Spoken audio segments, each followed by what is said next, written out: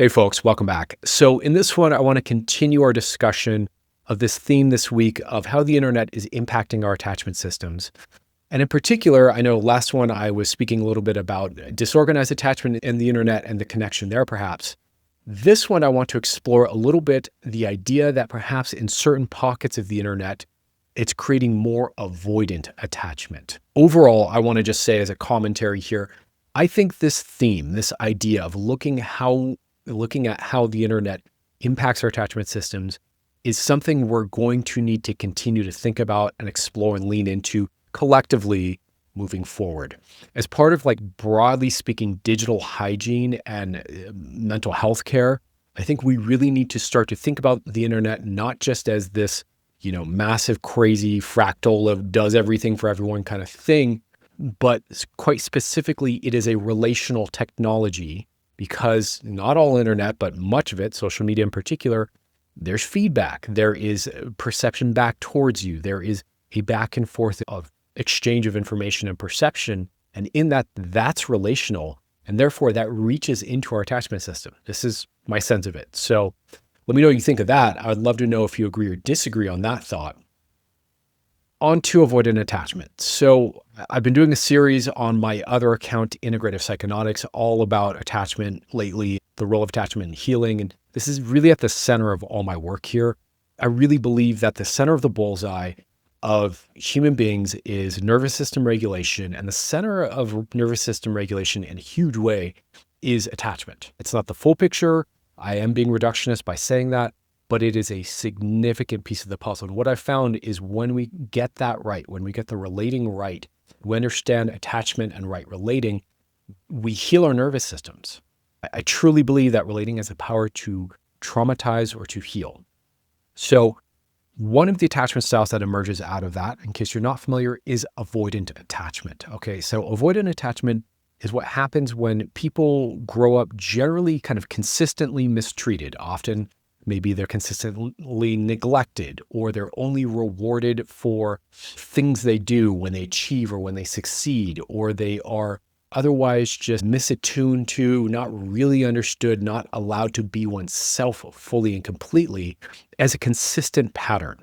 And what this creates over time is a person who internally, and this is often at a very young age, makes an unconscious, automatic decision that people aren't going to meet my needs. They're not going to take care of me. So I've got to take care of myself. And this creates a person whose relational style is self-contained, self-sufficient, and distancing towards others in order to feel comfortable in one's own skin. Right? So the feeling for an avoidant person is, I don't ever trust you. I don't know if you're okay. You might not be safe. People aren't really all that trustworthy. Emotions aren't really all that feelings aren't all that trustworthy. Connections and relationships aren't all that trustworthy. I'm just going to do me. I'm going to take care of me. I'm going to just, meet my own needs. I'm going to just overachieve and over succeed so I don't have to feel. And y'all can just be over there. That's kind of the vibe. I'm exaggerating a little bit, and no offense if you're avoiding yourself. I know that's a characterization and perhaps not the nuance of it. With that said, what I see a lot happening with the internet is a drift, especially in young people, towards avoidant attachment. I think largely this is because compared to being anxiously attached, where we are perhaps a little codependent and needy, avoidant attached looks better online because avoidantly attached people seem self-sufficient and empowered and independent. So I think especially where I'm seeing this is in the dating space. Now, I'll talk about dating more, I'm sure, at some other point and give my thoughts about that. But in the dating space, we see a major shift for everyone towards distrust towards others, towards a more transactional mindset around relating and relationships and dating. And this sense of distancing and devaluing and generally not really thinking that connection or human person-to-person presence is all that important. So this devaluing, this distancing, this disconnection is a flavor, again, of avoidant attachment. So I think this is an inevitability of when we have an internet culture where there's a little bit of a race to the bottom in order to get clicks and get likes, and people's behavior gets worse and worse. And of course, the more outrageous the content, the more people resonate and click with it. It's kind of always going to be that way. That lowest common denominator stuff really hits home for everyone. And so anyone who's got wounding will suddenly find this kind of content and resonate with it. And think we've seen a lot of that all over the place. And it's ended up kind of feeding the idea into people and seeding the idea into people that really other people suck. They're not worth valuing or caring about or connecting to.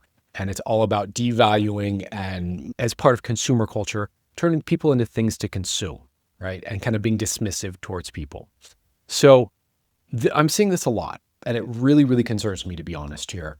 So I just thought I'd share that. I think this is a function of the internet era. I think if we were in 2025 with no internet and we somehow evolved from wherever we were in the 90s, pre-internet and pre-social media, into current era, I don't think we would have this mass movement or sentiment of dislike, distrust, dismissal, this kind of toxic devaluation of each other. So let me know what you think. Does that resonate for you? Do you see that too? Does that hit home for you? What's your experience been? And again, if you are avoidantly attached, I'd love to hear your take on it. If you feel like it's exaggerated that for you or validated that for you, or if you disagree with my premise altogether, and we'll talk about it more. I guess that's it for now. I'll see you guys in the next one. Take care.